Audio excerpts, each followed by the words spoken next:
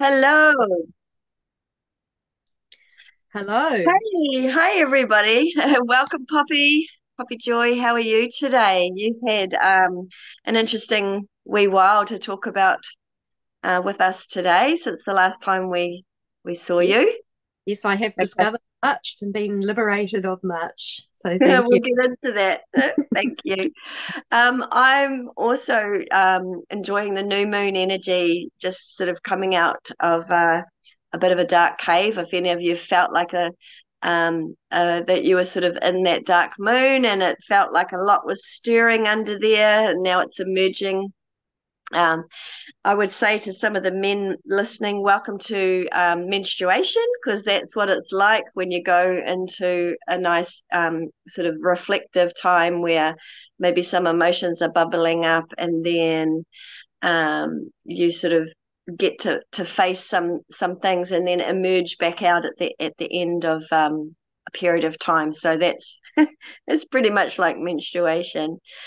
Um, we're going to put out our prayer for today's conversation and let you know what it's about. And again, this is Poppy Joy and Marie Freeman's perspective, and it's just all we can do is share our truths, and really open to hearing from you. If you've got anything that you might feel to share, you're welcome to share with me about the topic. And the topic today that we've come to choose is entity attachments, and how to release ourselves from any of these attachments.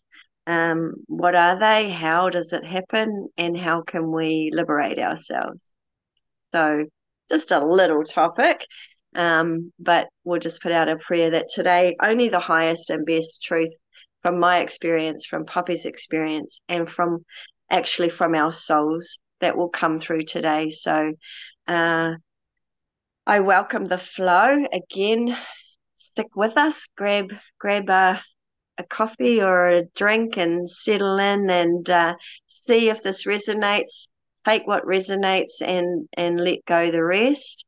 But yeah, that's my prayer, that today this is very understandable for you, and really helpful, to empower you to remember that you're not a victim at all in Yep. this world, and that once we have the tools in our toolbox, we really get our power back online, and able to really strengthen our auric field, and really remain sovereign, so that even in the eye of the hurricane and all the chaos of the world, we can come back and feel really securely anchored into Mother Earth and our source. And really, that's just what we want you to do, is to practice feeling safe and being safe, and knowing that if you're not feeling safe, that there's people you can talk to, and ways that you can strengthen, um, and that actually a trigger of not feeling safe is actually directing you in towards finding tools to make you feel safe again. So that's what my wish is for you. And Poppy, would you like to begin with whatever is the Mayan cosmic light information you have for us in this moment? What's coming through? Oh, I would really love to because we're actually almost at the end of the Zolkin, which is a 9 month period, and it's getting very, very intense. And this is a time where we can really become enlightened and break through. But right now, at this now moment, we're in the energy of 11 Serpent. And this is a gateway energy of true and organic alignment energetically, sensually, and sexually healthy and connected to the unified field of all time at all once. And when we are connected to that unified field of all time at all once, then we are free from time traps. Um, so 2 days ago, the day wave started in 9 night. And this is actually a very deep and dreamy meditative time where we can focus on Mother Earth's dream. And well, you might even notice that things feel a little bit more natural, surreal, dreamy, drifty, but in a in an awaking time, like in a day phase where you're still quite active. And so this is about ending old harmful cycles and beginning cycles of natural cyclic abundance gained from the heightened perspective of eagle, because that eagle Trecina is where this took place. The illusion of time has been held in place by connecting the concept, that's the idea, the psychological operation of time, to the planet Saturn through astrology. So this came through a series of movements that were really part of taking our consciousness away from nature. And Cronus, that's like the Greek god who was assigned to Saturn and is the cannibalistic god who ate his own children. But he did this to claim dominion over humanity so that he would govern, he would be in charge. And if you do look at astrology, you realize that Saturn is very harsh and cruel and punitive and very much about duality and good and bad in that sense. And the only way out is through the sun, um, which is the portal where energetic light codes are sent from the heart of Father Sky for our growth and development. So it got labeled as time, probably because it's connected to a calendar and like time, this is a concept. But it got labeled as time, which is not accurate, and that can be confusing. Timelines, people talk about timelines a lot, and it was actually a phrase that really got coined a lot through Facebook. It's been with us for quite a long time, and it actually has quite a stronghold, I find. I feel it. That's my intuition. That's my senses. So timelines are agendas that potentially lead people to an outcome. Being now and out of the artificial time construct is a natural life flow of connection with source, as a source, you as a source of energy made of Earth's matter and filled with Father Sky's might. So I used to call it true time, what was coming from the cosmic axis, but it is the photonic light of now in each moment that transcends the trappings of the Saturnian time construct.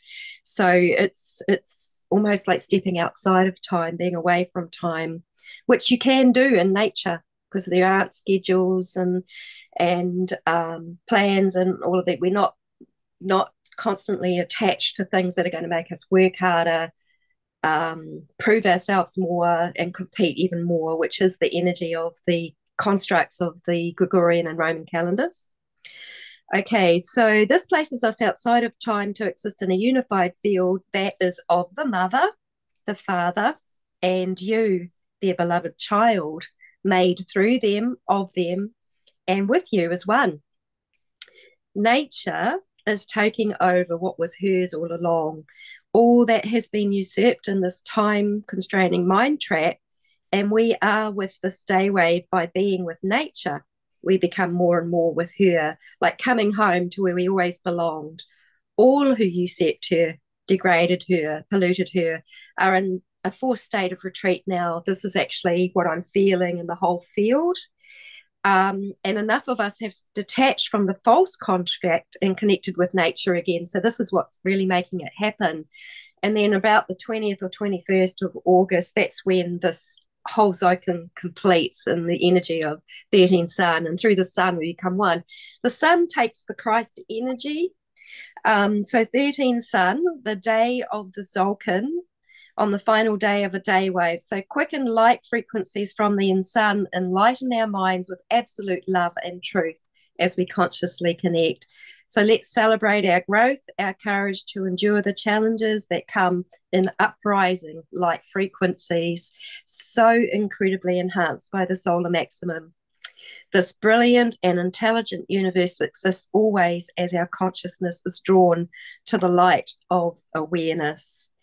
And of course, this is my intuitive perspective of the ninth wave true time, light codes actually of the sacred Mayan calendar.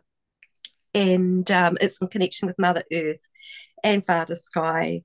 So, yeah, this is an incredibly enlightening time, light in the mind, which changes our mind. And our belief systems are radically, radically changing, especially for me, as these entities that were attached to my id, my natural survival instinct, are being cleared away. And we'll talk about that a little bit soon. But I'm going to hand you back to Marie to talk more about entity, this whole entity world, and her take on that. Thanks, Marie.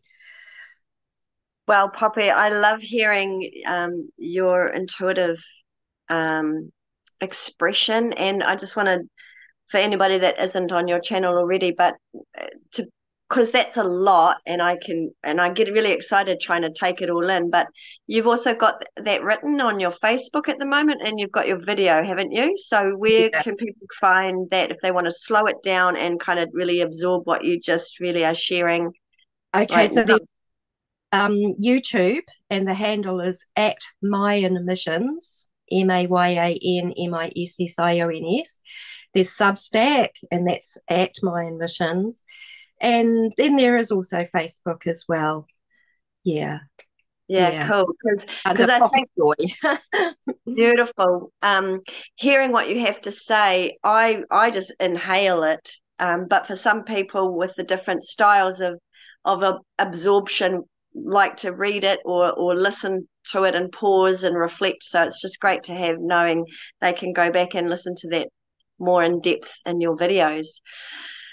Um, okay, so okay, guys, this is truly a lifelong mission for me, which I'm realizing now. I was, and maybe you were, many of you were that kid that was possibly the freaky one, that would say the things about ghosts or dead grandma talking to me, or just having Mm. lots of intuition on, yeah. And so that, like, I'm so excited now that I've got people like Poppy and you all to talk to, because I realize now that this conversation has definitely persecuted a lot of people in the past, and it's had so much misunderstanding, and even we don't have the truth. We have a truth, we have our truth of our experience, but ultimately we don't know and cannot know um, everything about all of this understanding of entities. But we have lived a life, and we have lived an experience, Poppy and I and many of you, and I just want to talk about that conversation. I want to make it normal. I'll be honest, I had a birth mother who was hospitalized in mental health for this kind of experience, talking about entities and voices in her head. And oh, kitty cats come around whenever we talk about entities. Um, I don't want to make it. I really want to shift humanity forward, and I really want to bring the conversation way out of psychology and crazy and put it back into holistic, which is everybody knows when you get a baby that's brand new, just fresh into the world, that baby, when you hold it in your arms, is looking at your aura. Mm. Okay. And you always say, oh, it's such an old soul. Okay. It's actually seeing more of the physical world than we do daily. So it can sense and it can see, because all of its senses are um, on, as we're born, where all of our senses, generally, if you're a healthy baby, your senses of the five normal ones, but then your extra senses, and babies are hardwired to really be connected with those senses to the parents for survival. So I want to talk a little bit about my brief history with my children, and a little bit of my own growing up, and then how that relates to this big work that we're doing now, which I'm really proud of, because I'll just state it here. I'm really proud to be liberating humanity of invisible parasitical entities that feed off our light, our photonic light energy. Just like petrol in the car, we have had invisible things draining our energy. And so just going back a little bit into what people would have called paranormal, I want to make normal, because every time I speak to mothers, well, not every time, but a lot of time throughout my life, I've spoken to mothers, and we've gotten into this topic of conversation, which I love to talk about, being making me normal, making me sane, and asking others, what's your experiences? And we find that our children have had um, things that are typically invisible show up, whether that is a deceased relative, or I've even had some children. I used to have my son and his little buddy at 3 years old or 4 years old talk. I'd be listening in on their conversations, because they'd be talking about seeing um, ghosts of cats. They just see lots of like cats and dead animals, like dogs. And then you hear a little bit later from the person's mother that, yeah, they did have a dog and it's now deceased, or the cat is there's history of cats on the property that are deceased and buried, whatever. So it looks like, and it sounds like ghosts, but what they're talking about is the fact that there is this thing called disembodied spirits that I've now come to really believe and understand from my own experience. And probably you develop this belief only by experience. I never used to believe in um, devil or entities or demons or vampires per se, but I'll get into now that I've grown up and had experience with parasitical energies, that I've changed my mind. And that's the nature of growing up in this world, is you're always learning and growing, and you can't believe in something unless you've usually had an experience with it. So my children, I had paranormal activity in my house. I had been opening into some spirituality and opening my awareness, and having a little bit of a um, kind of a manic depressive experience. And I equate that to meeting my birth mother, who had bipolar, and it sort of like triggered and sparked something in me. We were having this shared experience as I was learning a bit about my birth mother and all of the voices that she had. So she would come and we would talk, and then she would go and I would explore my own spirituality, and then things would happen in my house. And my son, I had a little baby and I had a little son, and the little son would say things like, because we talked really openly, he would say, "There's a man in the corner and he has chains around him and he wants me." And, for a 4 year old, what do you do with that? I didn't know what to do with that. And he was quite terrified to go to sleep at night, and then would have night terrors and things like this. And um, weird things would be happening in the house, where I was a stay-at-home mum, so I was home a lot, and things would just start to happen where I would almost see like a whoosh of fuzzy energy, and then a picture frame would fall off the wall. These sort of things. I was actually getting quite frightened, and I was sensing that this energy was building, and it felt like it was trying to frighten me. And I was trying to stay on top of it, being observing what was going on and becoming aware of, it feels like it's trying to frighten me. Rather than just being frightened, I was like, it feels like it's trying to frighten me. This feels like what you would call poltergeist activity. I wasn't um, really afraid until it sort of really got to destroy the peace in the home, and my children were starting to get really unnerved. by some of the visions that they were seeing. Like my son would keep saying, that this he didn't have the word entity or demon. He just said this black figure in chains would be um trying to scare him. And I mean, I had to do something. So I started to investigate my own soul. And I was starting to go inside and ask for help. And I remember one night the house was really going a little bit weird, like things were falling off the wall, and uh, things like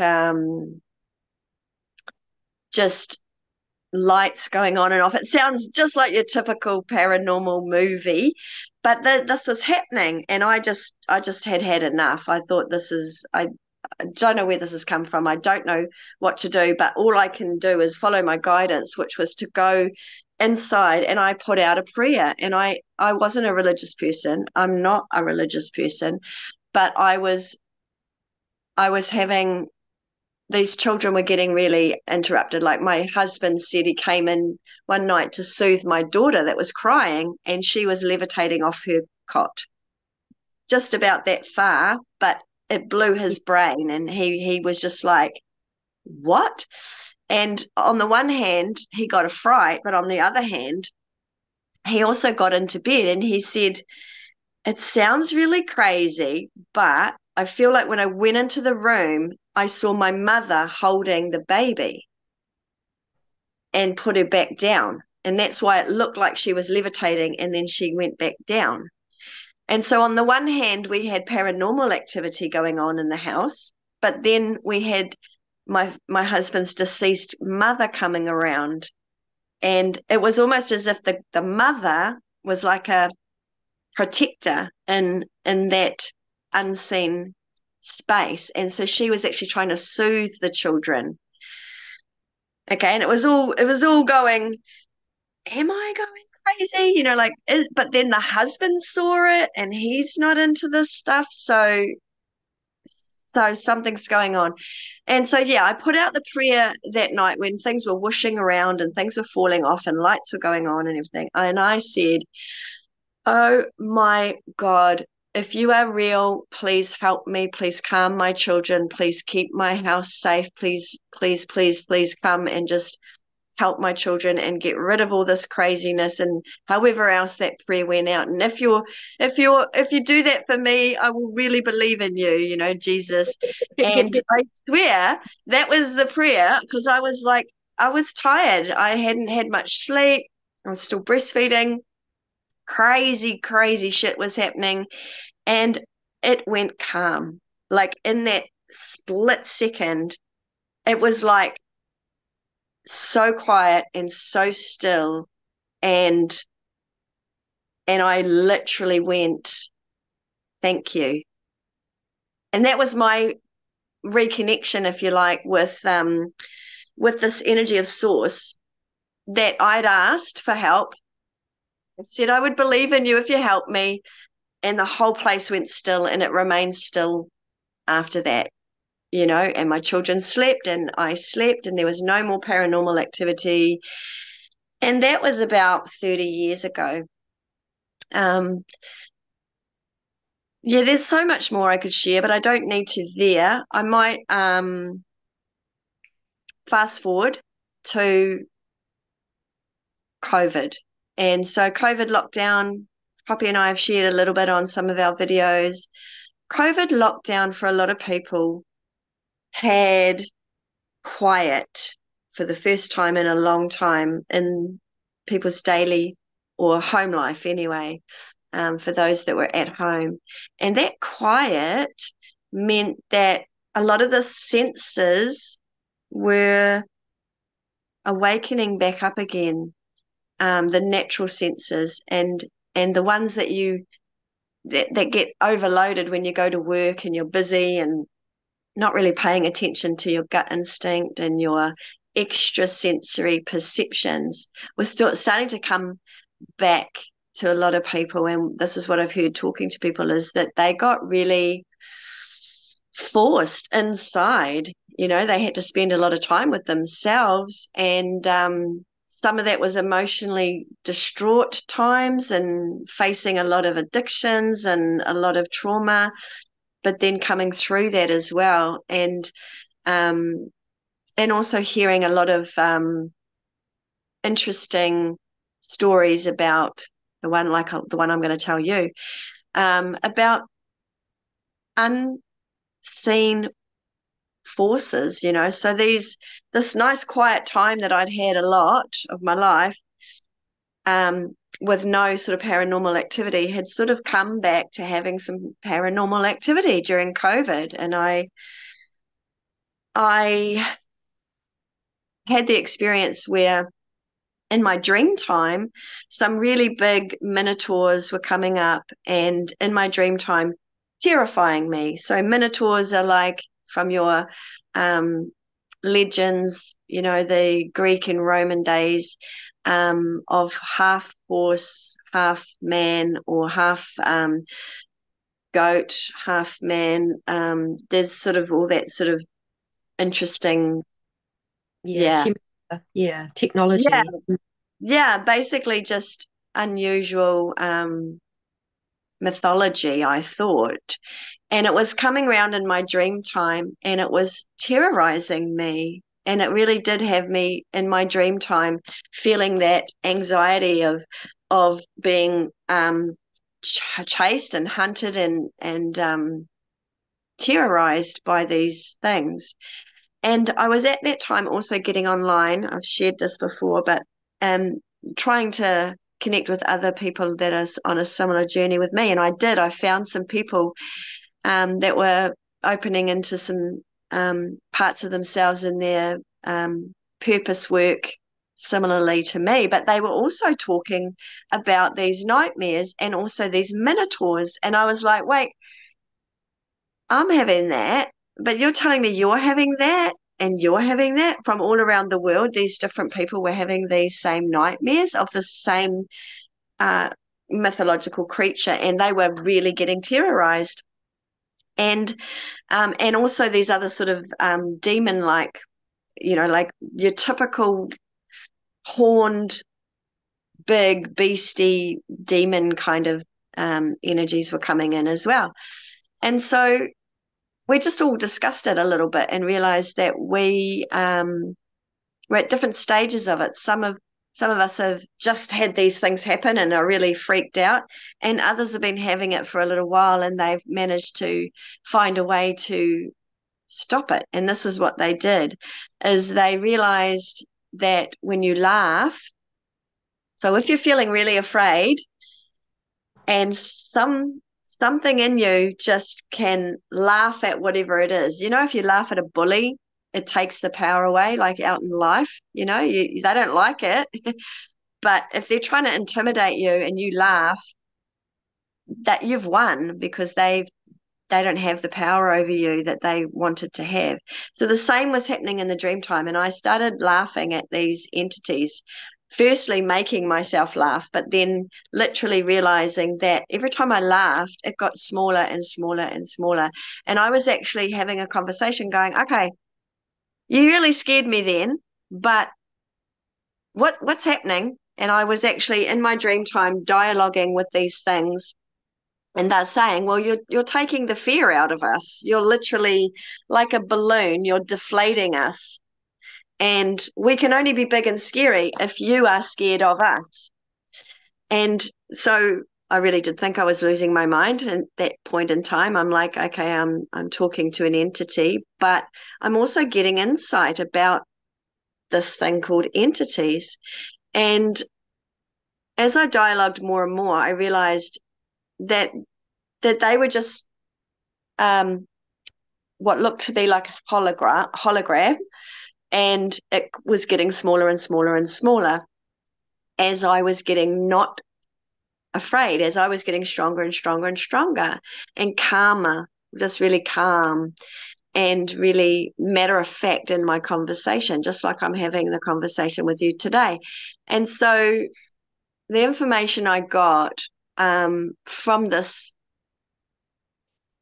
entity was that it transforms by um, how we, this is getting into that sort of that the mind observer, that when we observe something, um, it is what we're observing. So if I'm in a state of fright, I'm going to observe it showing up big and scary and menacing. But if I have a little change on the inside and I change my mind or something changes, then my observation, my observer, is observing this thing differently, and then it transformed in front of me. So it really is about your perceptions and how your brain works, and what you observe, and it's all connected into your feelings. And I can't really explain it, whether it's a real thing or whether it's a mind thing, but this is how it was showing up for me, is that I was observing something. I changed my mind about it. I reduced my feelings about it, and it changed. Yes. So that was in the dream time. And then in the daytime, interesting things were coming in as well. And I was getting, um, Poppy and I talk about this thing called Watiko, which has come a word from a lot of ancient um, tribes in Native America, and different other uh, groups and wisdom keepers around the world, that there is this thing called Watiko. And we have a body which we can see, and we have a mind, but the mind is not contained in the body. The mind is in our auric field as well, and it's connected to source, and it's the mind of God, and it's the mind of the universe, and it's big, and we're connected in with it. So if you have a mind that is outside of you and inside of you, and you have trauma, um, the trauma is sort of recorded in your mind, and it affects your body. And with that recording, which is why some people can read people, and read auras and read energies and read emotions and just basically body read, we can see these traumas are holding in our mind, in our body, in our space. And the um, entities can actually attach to our trauma. Um, and so that's what I was starting to see, is that this thing was showing me that if I have a fear that traumatizes me, it can now sort of have an attachment to me. Okay. And then what it was doing was, it was using my fear like petrol in a car, and that petrol in the car kept it big and kept it alive and kept it, like it was like a smoky cloud. But when I started to take my fear away from it, the smokiness and the cloudiness dissolved, and it started to dissipate and get smaller and smaller. So this giant minotaur started to lose its energy, because it didn't have my power feeding it, got smaller and smaller and smaller in its look, and it became a tiny weeny little unicorn. And whether that's my mind making that up or not, but I actually saw a transformation by removing energy from it. Um, I'm, I am going all over the place. Sorry about that, guys. But wanting to say that the mind space where you hold your traumas, is how these parasites that are in the invisible spectrum can attach to us. And I would direct you to have a look at Laura Whitworth at Soul Center Healing Hypnosis in the UK. She's got great videos on YouTube under Laura Whitworth, SCHH, and they talk about the invisible spectrum of light. So this invisible realm is actually not actually invisible. It's only invisible to us. Okay, animals can see it because they have different optical, set up in their body where they can see some infrared, and like I say, these babies that come into the world, they also too can see into this invisible realm, because their vision is uncensored. As we get older, we start to get told that these ghosts that children see aren't real. So then you start to tell yourself it's not real. So then you sort of might stop seeing them. But does that mean that they stop being there, or do they go into the sort of the invisible realm? So anyway, back to Watiko. I wanted to say that Watiko was starting to happen in the daytime for me. And that was where I would be thinking my normal thoughts, having my normal daily thoughts, and then get struck down with a real negative thought. And I realized that, or I didn't realize until after, but that I was spiraling down into my negative thoughts, into really suicidal places, and got really down during that lockdown where I wanted to take my life, and it would come and surprise me and give me a fright that I would be feeling those sorts of feelings, and it was frightening my husband, and my children didn't know, but it came upon dealing again, going inside and asking my soul to help me for the explanation of what was happening, that the answers came. So my connection to source was still there. It hadn't gone anywhere. And so it was only that I was asking for guidance that I was getting answers. And the answers are there for all of us if we ask from source, from whatever you call that, your God source, the light of truth.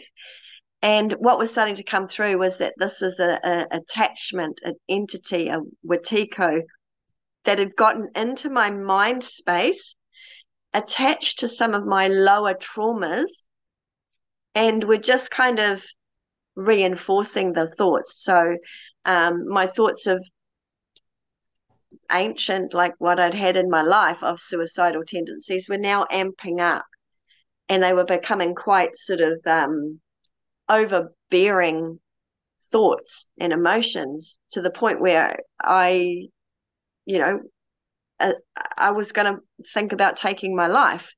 And I really had to have a look at that again. I was starting to see that my soul was telling me that there is my thought, my emotion, but then there was this attachment to my trauma of those lower thoughts and lower feelings. And so that's where I really started to see, and I'd had this experience with the Minotaur, and I'd had this conversation, luckily, to bounce off other people. And I was really starting to sort of come into this sort of unseen reality, and have an experience and figure some things out about it.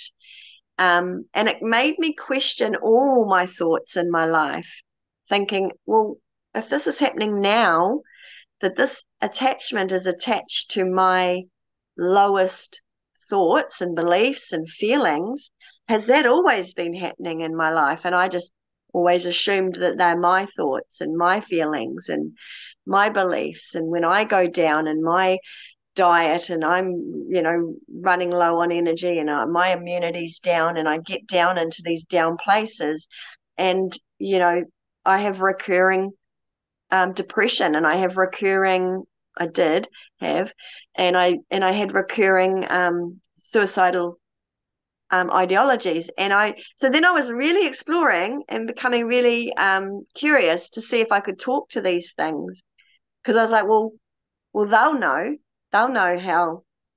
how they are attaching to me and why they're attaching to me. If I can talk to them like I've just talked to the Minotaur, then I might get some information. So I started having dialogue. And again, I know this sounds crazy, but this is what was happening. And intuitively, I knew it was possible, and I knew it was true, and I knew it was important for me to do. So I just started calling in any attachments that were bugging me and really interrupting my peace, and just asking, what do you want to tell me? And that's sort of what sort of started me on the journey of dialoguing with the unseen realms more and more. I used to do it when I was a child and talk to um, deceased relatives, and or I would be that little girl that would tell somebody that you know, there's a little baby here and it wants to talk to you, and then the mother would say, well, I just lost a baby, or um, you know, I would always connect people up with spirits, and just have things to say out of the blue. So this was me kind of coming back on in an adult way, and awakening some of my listening senses to listen to the unseen realm. Um, I sort of launched into this and told you a bit about that, but I also wanted to make it that sounds a little bit in those sort of crazy realms. Yeah, but also I want to put it over to you that we've all had some sort of paranormal activity that we've brushed away because we couldn't understand it. And I also want to say, in the realms of what we're going to discuss about the parasitical nature, that that that in the world you have trees and forest and animals and um, nature itself in harmony works very symbiotically. And in the forest, you'll see beautiful trees, and they'll have quite oftentimes vines that are um, sharing the energy and the life force of their own and of each other. So you'll have vines that are, growing up around trees. And there'll come a time when maybe for some of those trees, the vine is taking a little bit more of the nutrients of the tree and the life force of the tree, and the tree looks a little bit not so thriving, and the vine is really thriving, and it's sort of taking over, um, and really using all the power of the tree and all the energy of the tree. Um, that's one natural way of seeing that a natural symbiosis can go out of harmony, and the life force that's there for the tree is really being taken, and that the vine is overgrown and it's taking more energy. I don't know if it's right or wrong, but that's what's happening. And the other thing is you can have animals that are really sensitive. And so if there's animals that have been in an abusive household, um, or if they are a familiar animal, which means that they're there for the owner, they can sometimes absorb emotion because they're trying to heal the environment, and they're a natural sponge and they just take on emotion. But sometimes the animals can get attached, and there could be spirits that attach to these animals, and the nature of that animal starts to change. Um, the other thing that happens with the parasitical world, the unseen world, which we can see in our 3D world, is the things that live in our body. The viruses and the worms and parasites that come from poor diet or poor low emotional states, like unworthiness and grief and self-loathing and self-hatred and self-blame, and anything that really takes your self-love down.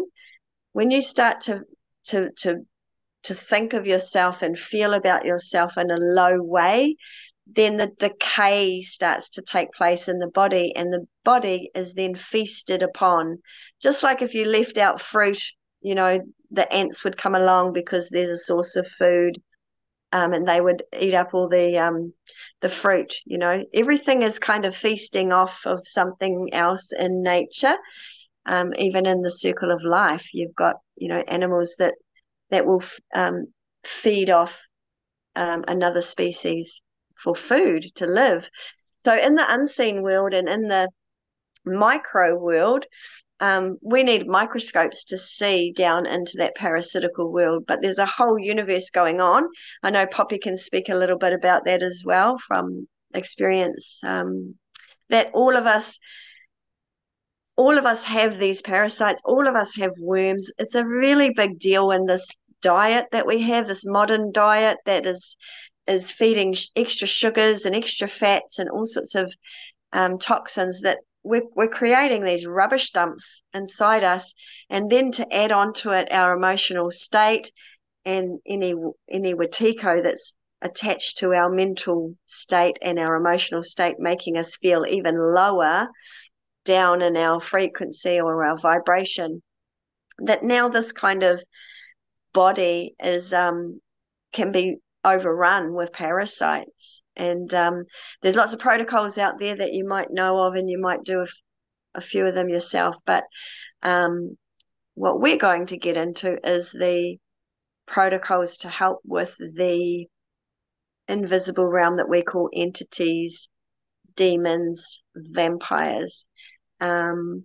So, but I just wanted to say that there's parasites in us that we can't see, and there's also parasites outside of us that we can't see. And it's really still just nature, because the parasites outside of us are still wanting a source of food, just like the parasites within us are using us as a source of food and what we're eating as a source of food and energy. The invisible realms are also looking for a source of food to maintain their presence. They don't have a body, so they need to maintain a energetic field, and that requires energy. And where do they get that energy from? Every living thing, including us. So I'll come back to a little bit more in a moment, but I'll just hand over to Poppy, and from your experience of what I've said about my childhood and children and being able to see the invisible realm.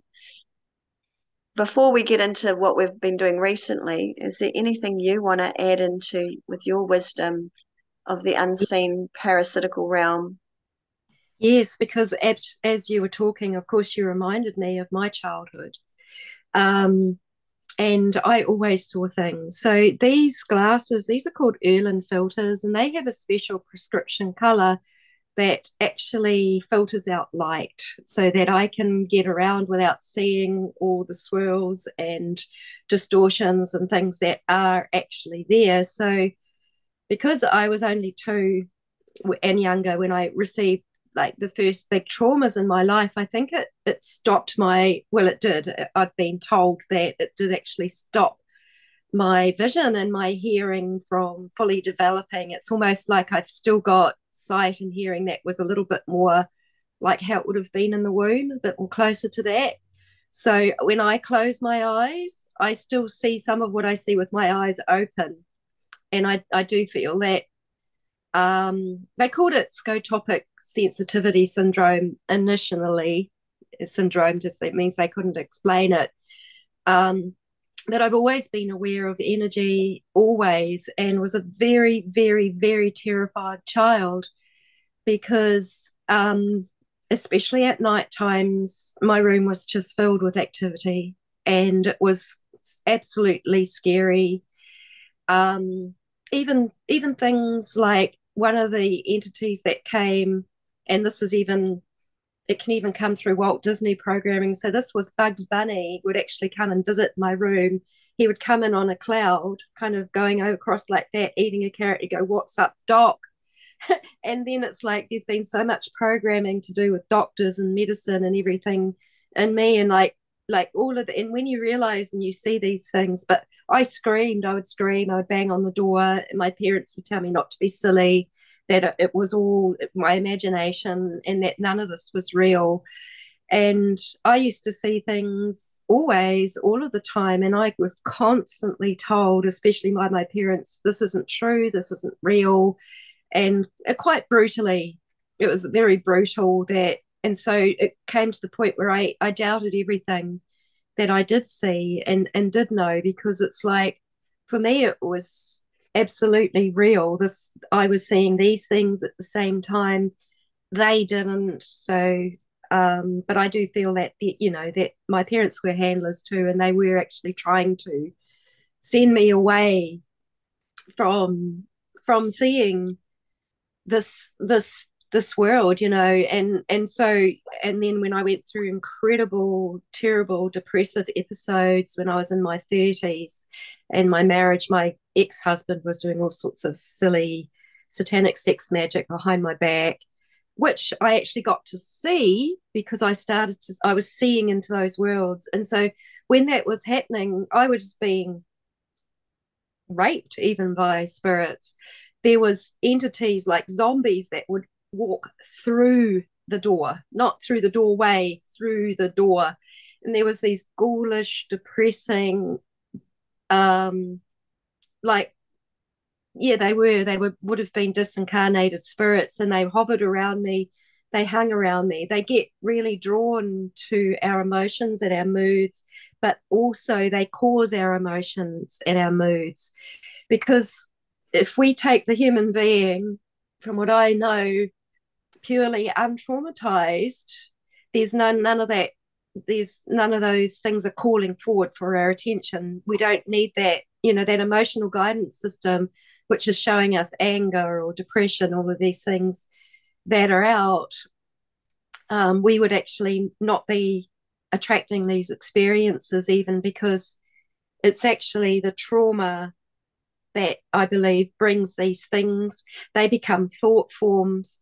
Thought forms become real. So thoughts become things, and this is the creative aspect of humanity. So humanity are quite different. We're different from the animals, and why the powers that want to be have been so interested in us is that they've actually wanted to take our co-creative abilities. So if we had the most robust, incredible, well balanced belief systems, we would have been creating the most robust, incredible new earth. And and this is the sort of thing that is actually starting to happen, as so many of us are actually relieving themselves of the trauma where these thoughts happen, but they are actual beings, like what you said, that everybody was seeing minotaurs at that time, and that was the energy that was around. So, yeah, I was constantly harassed by monsters when I was a teenager. In my bedroom, there was a very dark energy at the end of the up in the ceiling that would sort of just come out, and it would loom at me, and I would hear it through these ears that didn't develop quite properly as everybody else's did, but it was actually saying, I'm going to kill you, I'm going to get you. And it would loom at me, and this energy would come. It was like a dark cloud. And sometimes, it takes a little bit more form, but it would loom right at me and come close to me. And it was torturing me and terrorizing me. And one night it got so strong. I mean, I very, very rarely bugged my parents because they were very harsh about these kinds of things, that I was actually, I got really quite hysterical over it, and their reaction again was, this is, you're just torturing yourself, you're just, like, they blamed me and they just put it all on me, that I was the one that was at fault and that these things don't happen, and it becomes like mental illness. And of course the psychiatric profession hasn't wanted us to observe these kinds of things, that people like Jerry Mazinski has discovered, that there are themes with the voices that are seen, or the entities that come around people, and there are definite agendas, and they are attached. So with the work that I've been doing with Marie to undo the trauma of satanic ritual abuse, I've come across certain principalities, certain entities, all sorts, and my life has got a heck of a lot better every time they have been removed.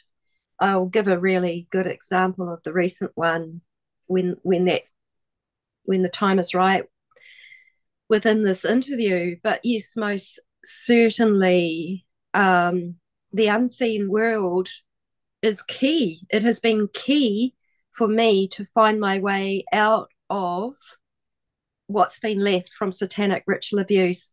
So they do these terrible rituals to you, which alter the belief system. So of course, then our mind makes things real that are there, which holds things in a pattern and a flow where we constantly miserable, detached, able to be exploited, to be used, fears and doubts and all these things kept getting used for the purposes of those who want to govern and control our reality.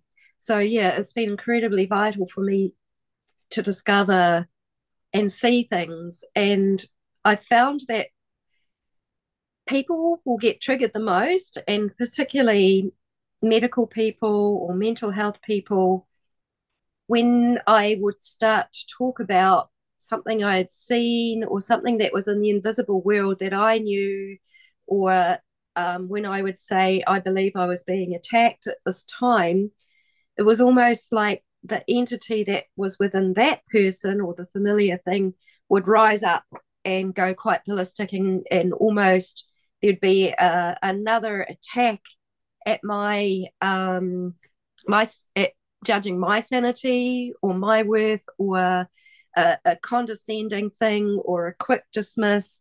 And it wasn't actually the person that's doing that, it's what's connected, or that it's that entity that is attached to that person. So therefore, like, we don't have to take things personally often when someone has quite a reaction towards us, especially if we're talking about these kinds of things, because they have fears and they hold fears, or even the entity holds fears. They do not want to be seen. So, satanic ritual abuse is a world of secrecy, occult, hidden things. And this is how they operate. And then we have dimensions that they operate from, where these magic is done and these rituals are done, that hold things in place that can keep humanity in these places. Like, for some people, it might just be like you feel really depressed. And often, if there is, especially when people want to take their lives, and, like, I've had programs on me, which are suicide programs, that would kick in when I actually started to even reveal this kind of stuff. It was almost like there was a program like to take me out, because this must not be known. It must not be seen. What happened in satanic abuse must not be known and must not be seen, because then they can carry on. And now it's all getting cleared up by many, many survivors that are speaking out and getting amazing support through people like Marie, because we've seen the unseen. And it's from there that we can clear those out. And I have got, so do you think it's the right time to go into the latest experience, Marie, with the heart attack? Does it feel right Um, to go on from here?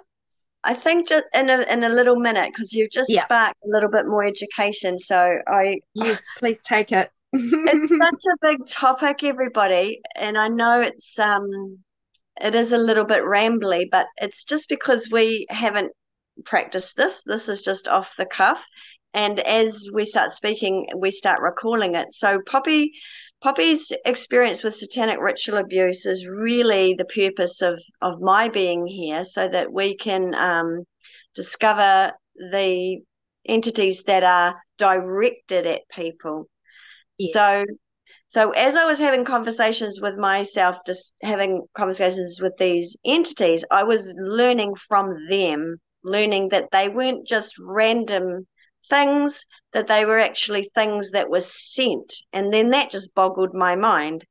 But I'd just like to take you back a step to that psychic child and the nature of history a little bit, real fast forward, fast rewind back to where we've come from, that whole unseen world being labeled by religion as a cult, whereas some of the healers and some of the shamans and some of the natural wisdom keepers, it's still within the realm of occult because it says unseen, but the I wouldn't definitely call the work that I do occult work, not at all, because the occult for me is a devilish practice.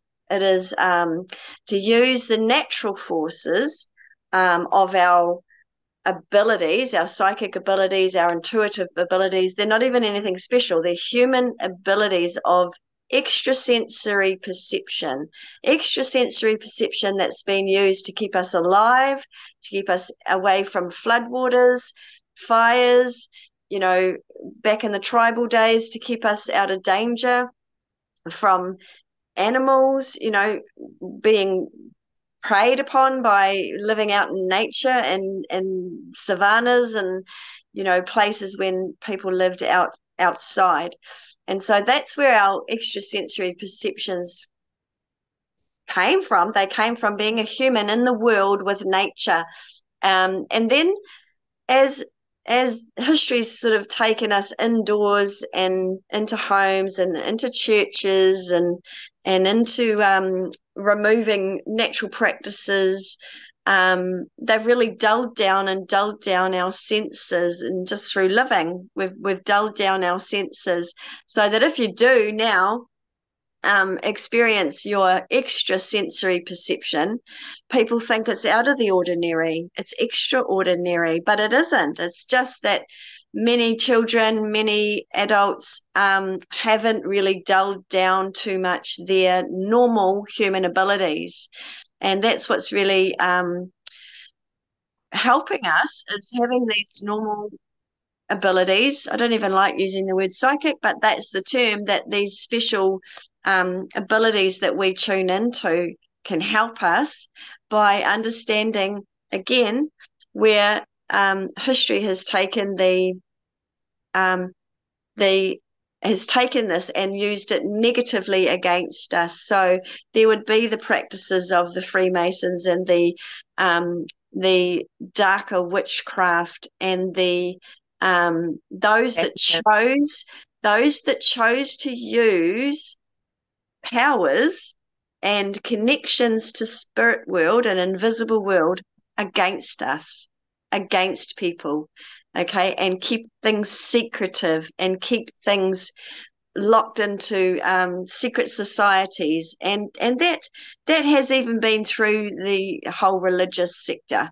So Yeah. behind the scenes, you've got the front of house religion, and then you've got the back of house satanic cults, and using occultic practices of contacting, just like I did. I had a contact with an entity. Okay, but I didn't go and use it to harm somebody or harm myself, or try to take on it as harnessing this power and this life force to do harm. But what's been happening is, over the eons of man's time on Earth, they have taken these natural extrasensory perceptions of humanity and harnessed it. So that's where that's taken on educating young children and removing children into these secret societies and growing up these young warlocks and these you know extra dimensional capable children to going forward into even modern espionage and war, and taking the psychic Russian children and into the CIA and all these kinds of things, like the movies Men Who Stare at Goats and all of these. They're very much true. These experiences of manipulating children right into the education system, and targeting the children with these extra special senses to go on missions and sort of connect with these entities, and do bad things. Okay, but on the other side of that, the children that are choosing to do and use their extrasensory perceptions for the good of humanity and for the love of society and the love of connection and community, these forces that have sort of decided that they want to control populations and they want to control humanity and create this sort of lower class of human that end up just becoming sort of a slave to run the planet, to keep the planet operational, the workers. They've sort of kept our energy and our psychic abilities and our natural abilities with intuiting natural forces like the elements, actually. Like, we used to be really tuned in with the wind, and we used to be really tuned in with the earth, and really tuned into air, and really tuned in so that we could live safely and harmoniously in community in tribal ways. So the education system, the religious systems that have taken occult knowledge, that have distorted the use of communing with the invisible realm, have weaponized it, and really that's when you get powers, people that have gone into occults and cults, CULT, and practiced the dark arts of this occult energy system, and really learned over thousands and thousands and I don't know, millions maybe of years, I don't know, of how to use this energy against people, against the earth, against animals.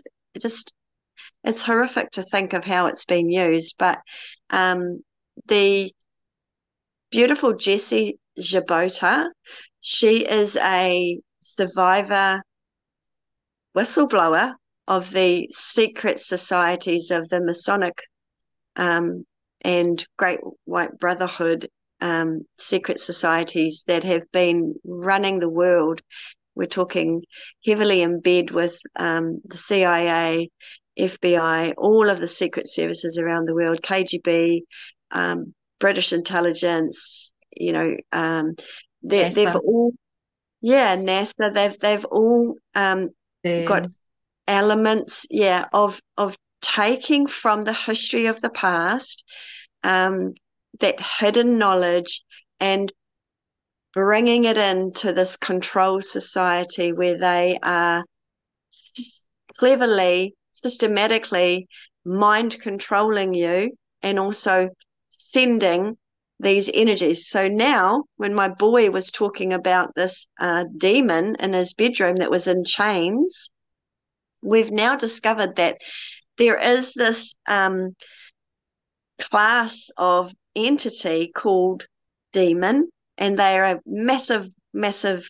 description of entities that are a lower, just like you have the animal kingdom, and we don't know all the kinds of animals on the planet, just like you go into the deep ocean, and we haven't even begun to discover all the creatures that are under the ocean. Neither have we discovered all of the unseen creatures, entities, thought forms, and it's too big to understand, which is why we're trying to give some context to, like, you don't have to understand this, you don't have to believe it, but we're speaking from experience that many of us on the planet have had paranormal activity and dealings with satanic ritual abuse, where those that have been using this secret occult knowledge have been able to harness entities.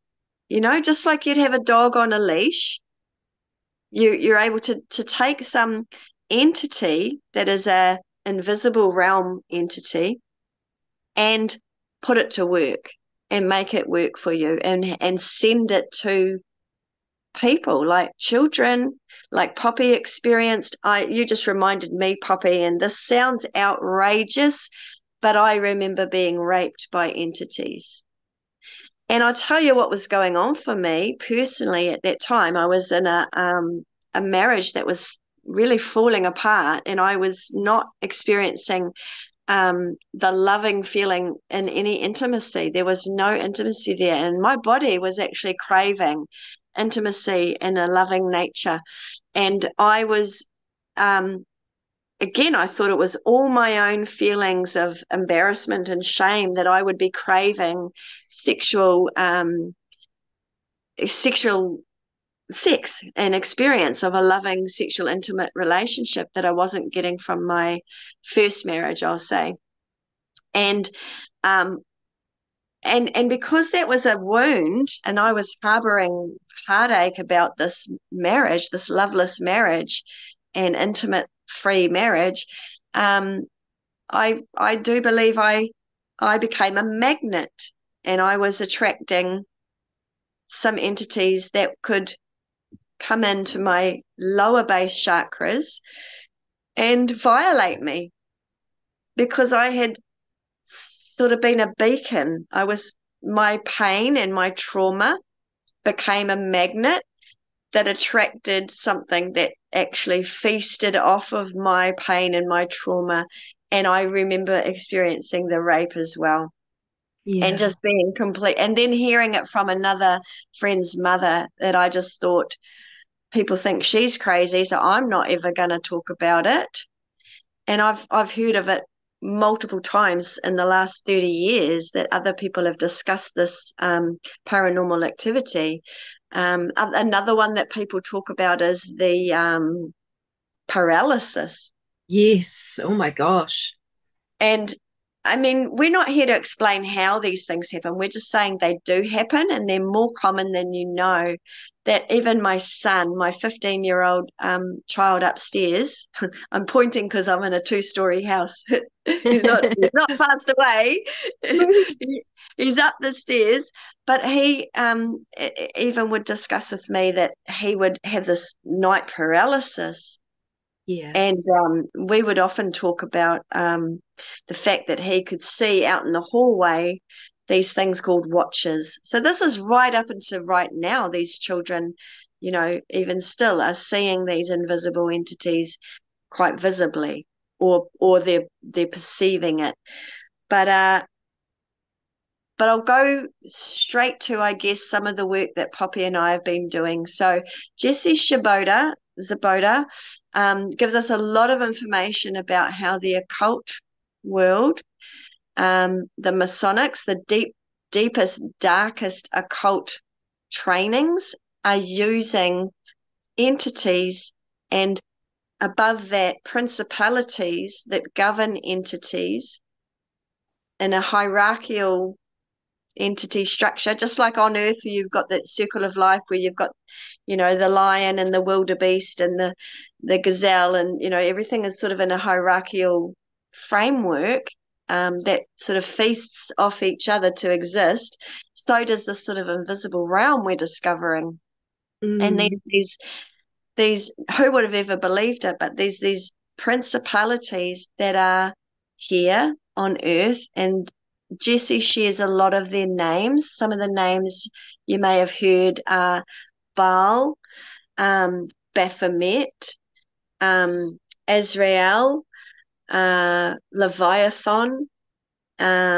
There's nine principalities that are kind of around this globe or this earth, and that are kind of have decided to make it theirs, and they govern below them more entities that attach to some of our world leaders, and some of our, actually anybody and everything can be attached to, and they manipulate the human by this Watiko. Initially, they come in where somebody that might have a propensity to do harmful things towards humanity can be manipulated, especially hurt people. So people with trauma already, which is why the satanic ritual abuse is designed as a system to keep children and adults in trauma, then they can come in and use the fractured mind that is fractured through trauma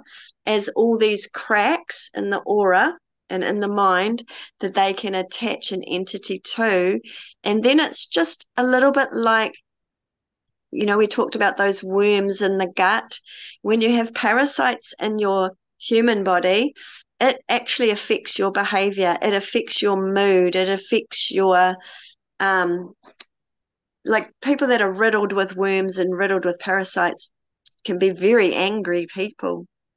Okay, so all the way through, you've got entities that can attach on the outside and in your mind space, and from the inside in that gut space, and in that parasitical realm that it lives inside you. It can really start to manipulate your behavior, and the occult have been able to use the state of a person at a low vibration, and keep them in their own traumas and re-traumatize them with new traumas to attach these basically like leeches that can come in and then really get in and play with the mind. And that's where some people don't even realize that they have entities. We're moving into this conversation because of the satanic ritual abuse, but it's also sparking me to the disembodied spirits, which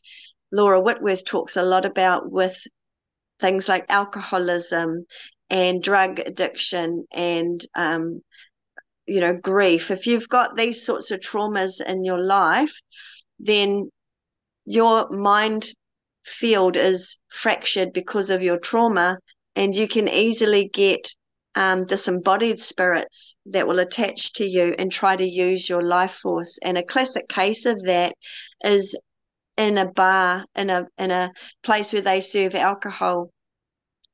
Even some of the old pubs, in England and just anywhere really, but where there's a lot of um, coming together to drink, generating a lot of energy. People have gone into bars to alleviate depression and family life and trauma and things. So they take their trauma there. It becomes like quite an energetic, They drink palpable. spirits. They They drink drink spirit. spirits.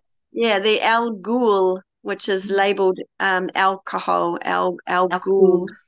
came out of the fact that you're drinking spirits into your body. Same at places that have a lot of drug use, a lot of party drug use. Anywhere there's a lot of energy of the same sort of thing, it does actually attract these entities that have come from this lifetime or other Mm. generations of And other lives. you can actually see it, like if you've got a picture of, say, your child's graduation or something, and you'll see them all in their suits, and that there'll be orbs all through the photo. And those orbs, when you can actually sometimes zoom up on them, sometimes you can even see little beings in them. So they Yeah. do come around just like that, as you said. Yeah. Yeah. So it's all about magnetic. It's all about this body of light. And then when this body of light gets trauma, the light gets covered up, and that shadow becomes an energetic trauma which covers your light. And that is sort of radiating a vibration of trauma. So you've got your sadness, you've got your um, abuse if you've suffered abuse, or you've got your reasons for your alcohol addiction or your drug addiction or your any kind of trauma, a grief, a loss, feeling unworthy, having heartbreak, any kind of addiction. Your light is now covered with a frequency of vibration, that is emanating like a beacon. And so these people that may have previously lost their life through alcohol addiction or traumatic experiences like murder or a car crash or things like this. These are common, and Laura Whitworth talks a lot about that, how these disembodied spirits can be attached to you as well. But we, specifically Poppy and I, our work is moving into releasing entities that have been sent to you. So in the spirit world, there's going to be disembodied spirits that find their way to you. I can help you release them as well, because they just want a life force. They want to hang out with other alcoholics. They want to hang out with other people that have a similar trauma to them. So they just kind of, well, they can be sent as well, but they find you because you are vibrating at a magnetic resonance, at a vibration that attracts them. Just like just like in how we would say sharks supposedly can smell blood in the ocean, like we're just a vibration that is emanating and radiating a pulse and a detectable um, light or shade, a frequency that will attract disembodied spirits. But on this level, going back to these principalities, which Poppy's going to share really amazingly, the incredible experience she's had in her life and what she's just overcome just recently. So there is these hierarchical principalities that I never used to believe in. This was all in the realms of religion to me. There was God and Lucifer, and that was a religious thing, and I had nothing to do with it because I wasn't religious.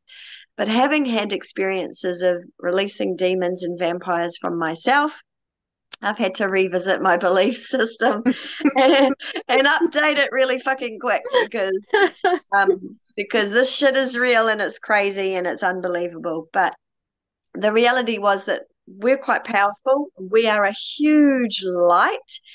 And just like dealing with parasites in your gut, it's up to you to go and do the parasitic cleanse and protocols to remove parasites and worms from your gut, and also find other people to talk to where you know how to release any parasitical energies that might have attached to you, whether they're disembodied spirits, the old ghosts thing, or these even more sinister entities that were programmed onto you and sent onto you on purpose to extinguish your light and diminish your joy and your love and your peace and your power connection to source and earth, and just keep you in a real low vibration so that you don't thrive, and that they can keep you submissive and compliant, really. So Poppy's experience with satanic ritual abuse and surviving into her beautiful, shiny age that she is now. Just recently, Poppy, you've had dealings with some principalities and some entities. So please do Yeah. share. Please share what you've been through recently. Well, what I discovered with the help of this beautiful Marie here is that the principality of death has, I've been bound to it most of my life. Um, Now, just over a year ago in May, Now, we're um, not talking about yeah, natural I death. know, but this is leading into it. No, but if you could tell the viewers, we're not talking about natural death, are we? No, this is where death is after you. so, so this is an energy where I was being pursued by death, and I just want to cover this first bit first because what happened is that I was going along in life trying to get better from cancers and all kinds of things. And a therapist then went and got herself involved with Baphomet. And then she did something very abusive to me where I nearly died. The suicide was calling me so powerfully and so strongly at that time that my soul could have almost, well, it would have been taken. So, what was happening at that time is a grand master had got access to a chakra by my falling into a trap. I was actually sliding out of my body. I had really big paralysis symptoms. They had physical cause as well as that, but it was like it was just terrible. It was torturous. It was terrible. I got really badly abused. I had this moment where this time I could have, I was the closest to suicide there. Um, that came up. So this is like the energy was on me, but um, and then part. I mean, why I want to say this is that I called up someone I'd call an earth angel at the time, um, and she did a good cleanup on me of these entities and everything, and she could see these things where they were coming from, and I could see where they were coming from. There was an argument with the therapist. She did not want to believe that it was coming from this place, but I saw it very, very clearly. And this is where when you see something in these, through these dimensions and you know it and you say it, then they get really upset because that means their game is not working.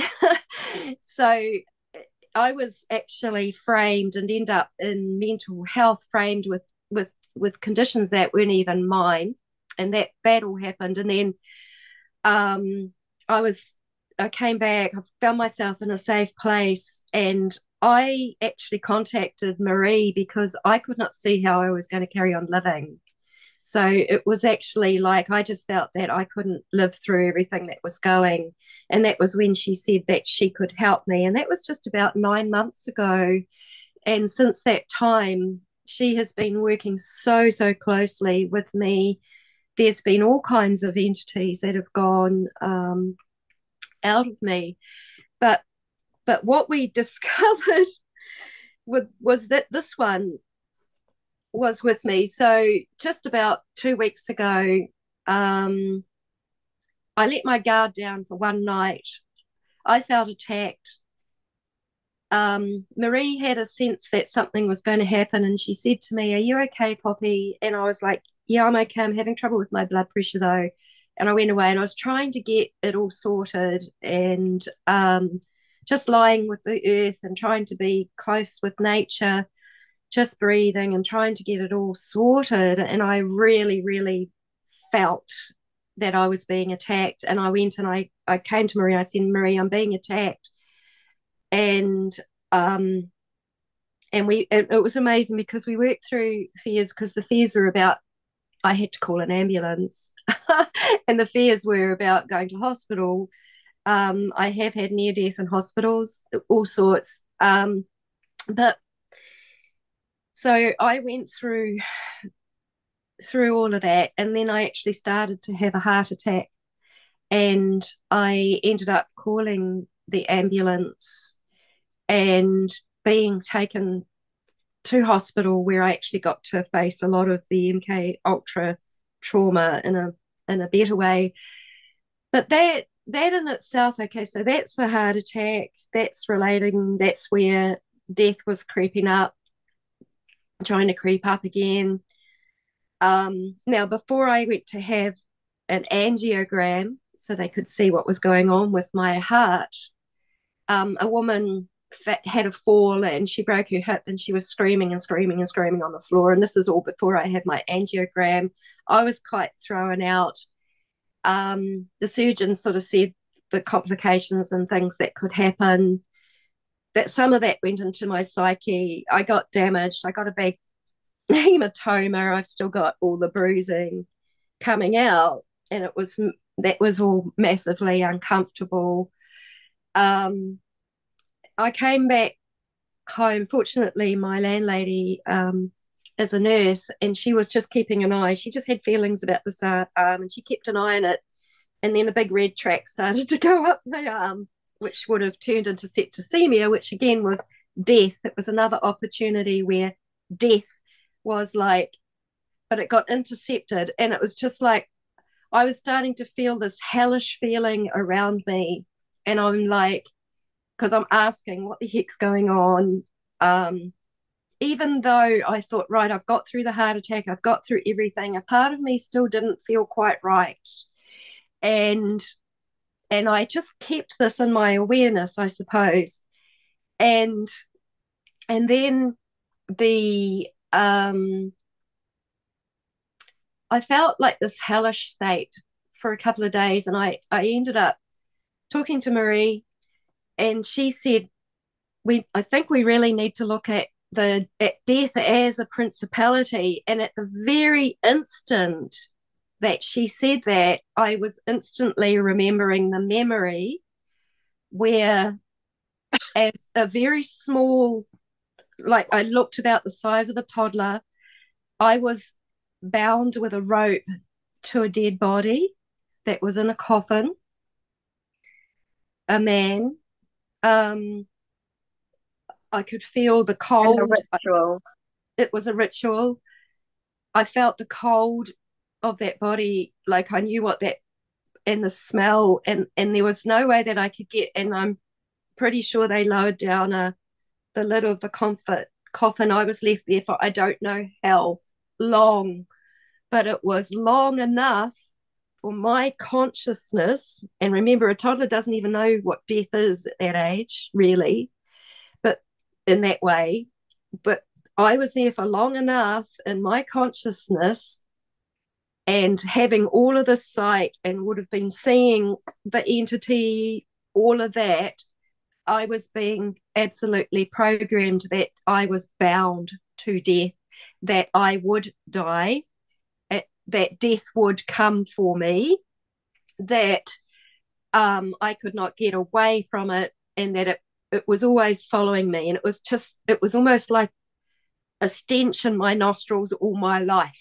It's the only way I can really explain it. And it was just, it's very, very incredibly depressing, incredibly macabre, and, just that this was programmed into me. So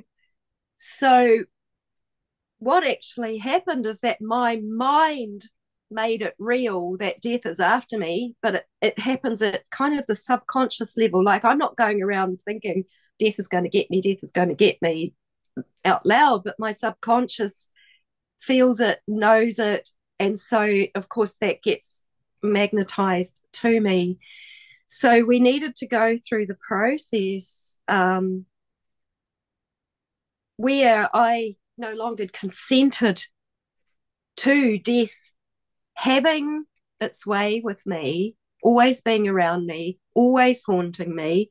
It's amazing how it all came out with the symbology too of the Olympics and the pale horse.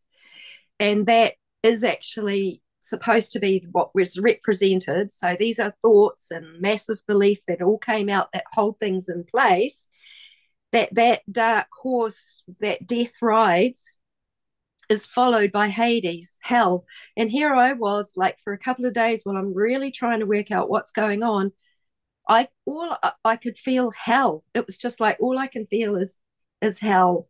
And I had to be courageous enough and strong enough to be honest enough to feel that without feeling fearful, but like really knowing that I was finding out what was going on.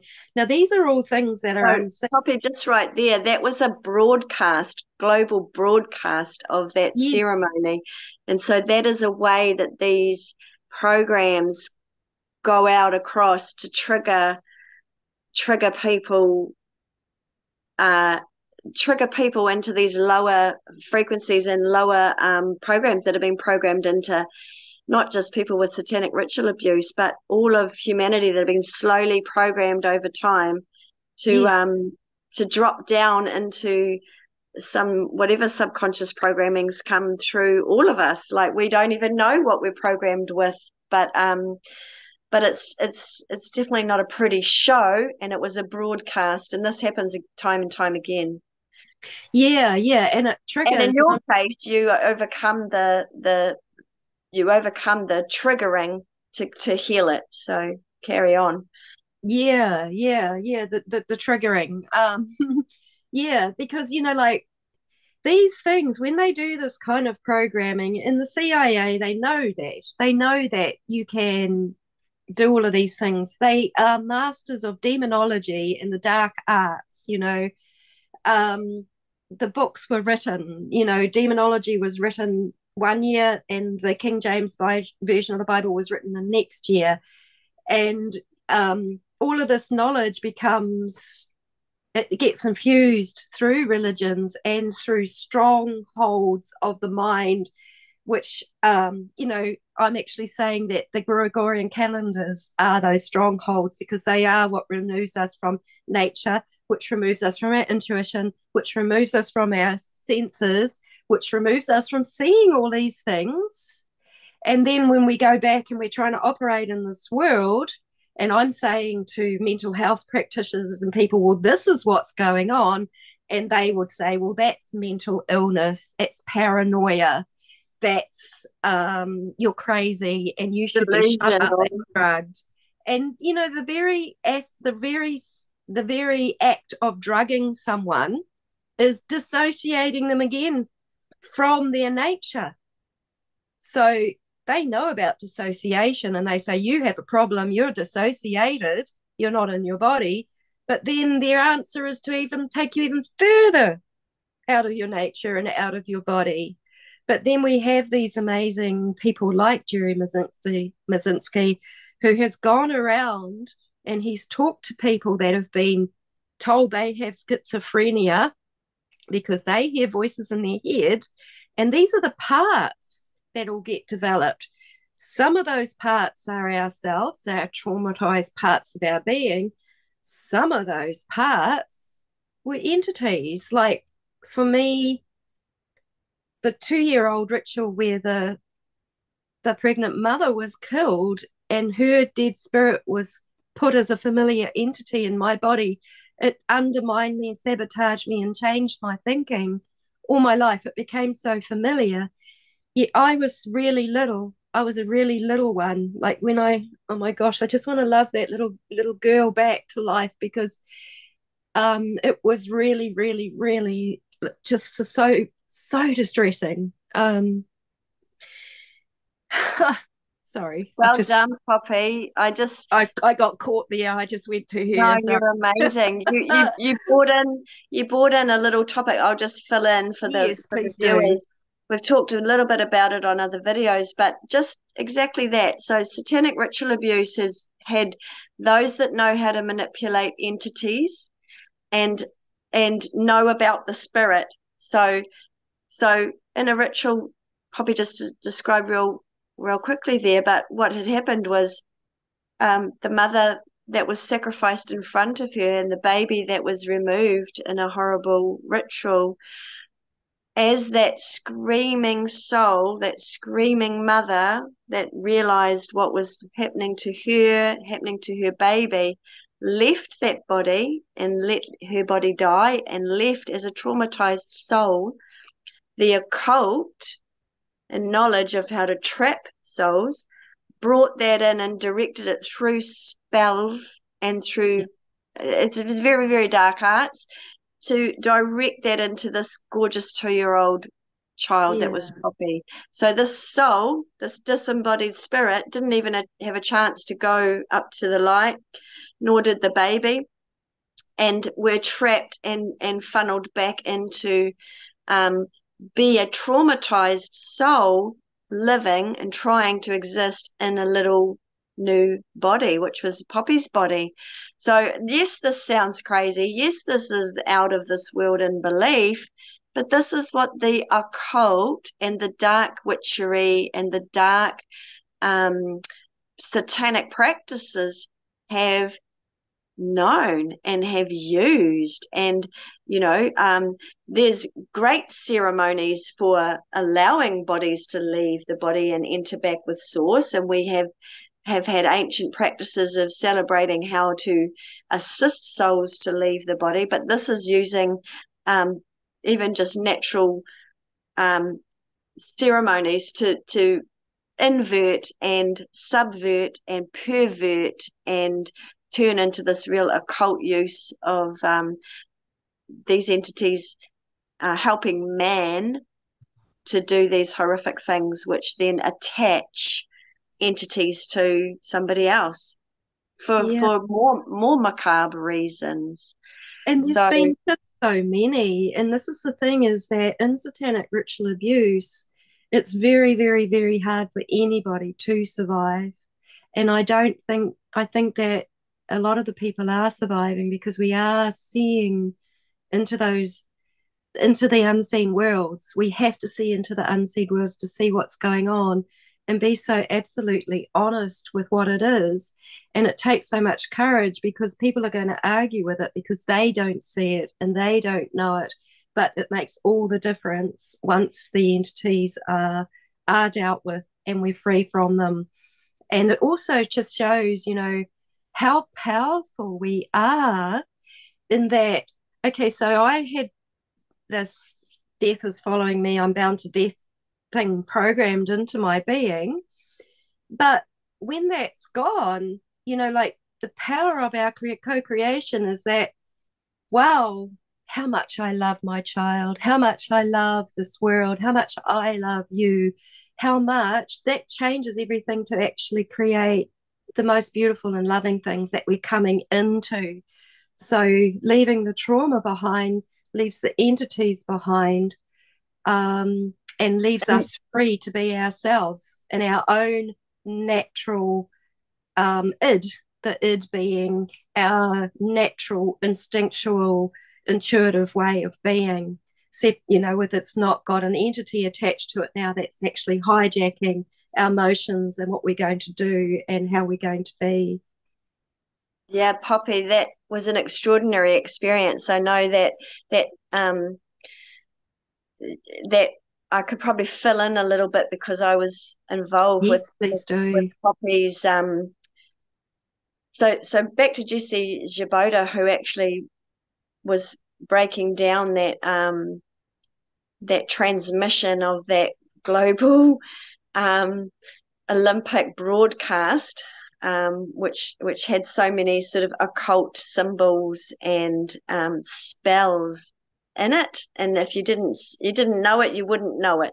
But so what was definitely broadcast was that death is coming, and it was coming for you. And I know that sounds crazy out of an Olympics thing, but that was all the symbology that they were using. That, and if you watched any of that ceremony, which I didn't, I watched highlights of it through Jesse's breakdown of it. I clearly saw a really bad TV show Yeah. of all this occult symbology, and so.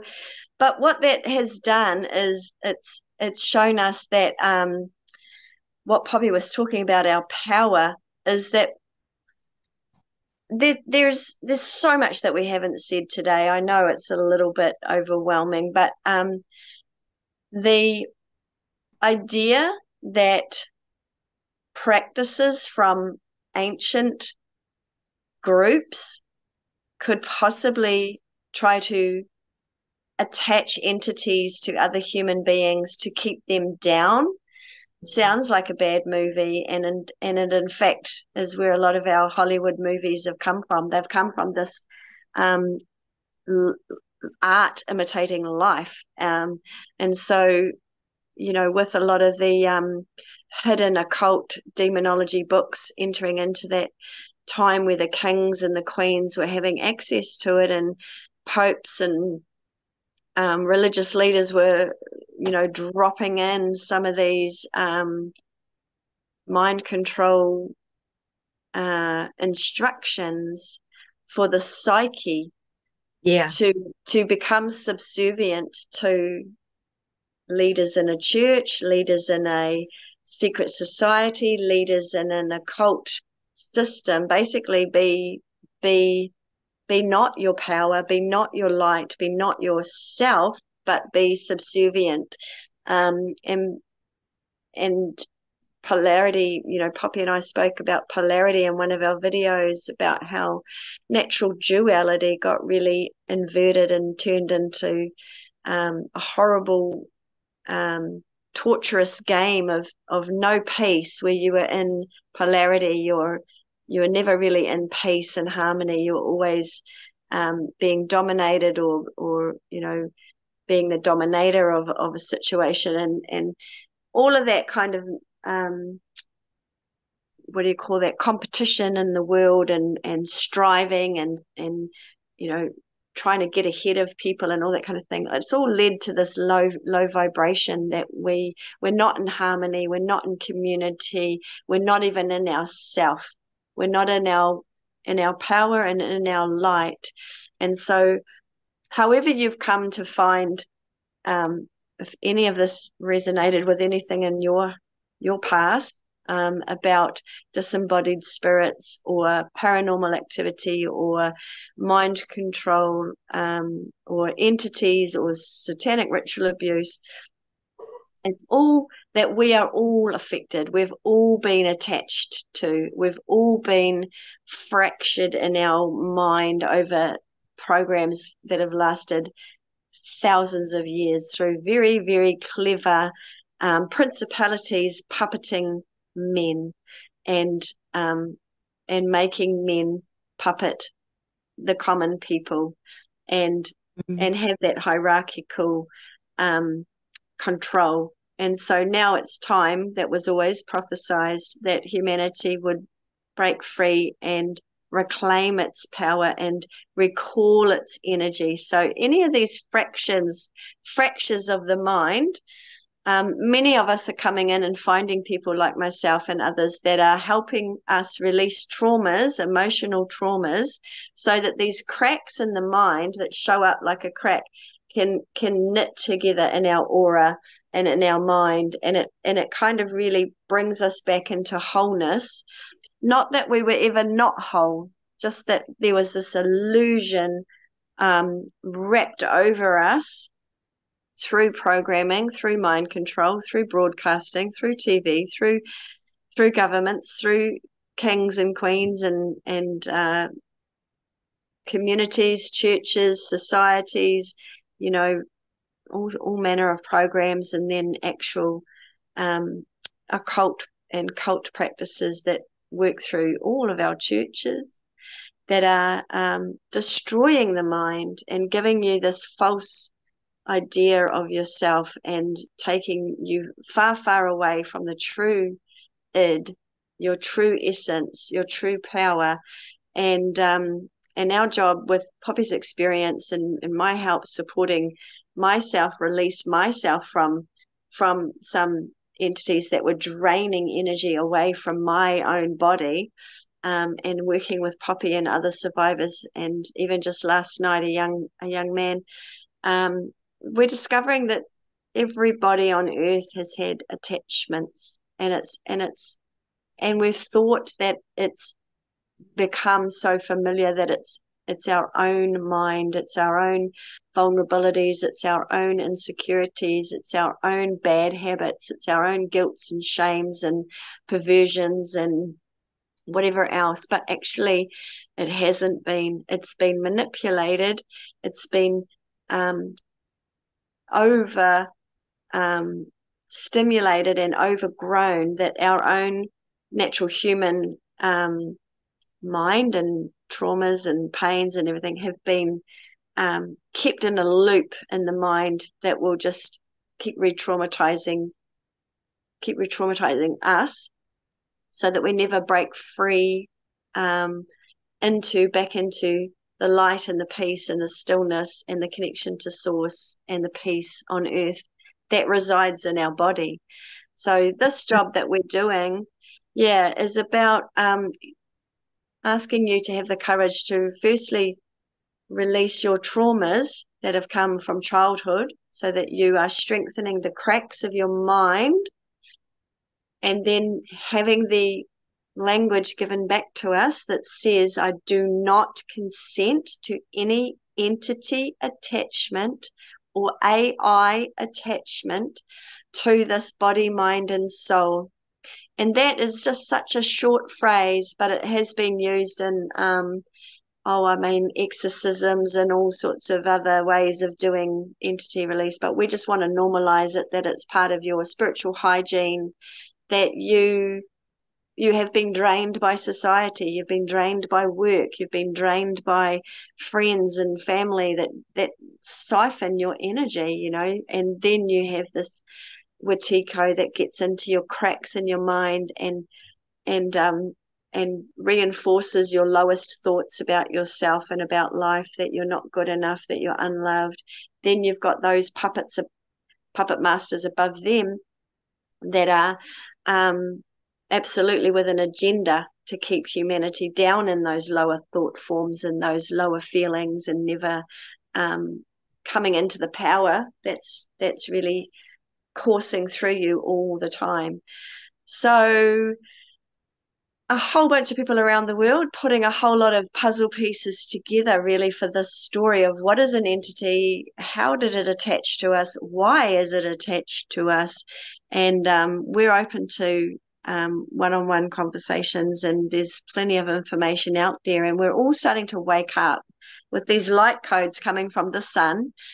They're really waking up our critical thinking and waking up our inner light and our inner power to go to awaken your awareness, even to say, I don't feel like myself. Like I said, with these parasites in your stomach, with these parasites outside you, they're influencing your behavior, they're influencing your mood, they're making you go to the vices of drink and drugs and food and comfort, suppression, habits and mechanisms to keep you down.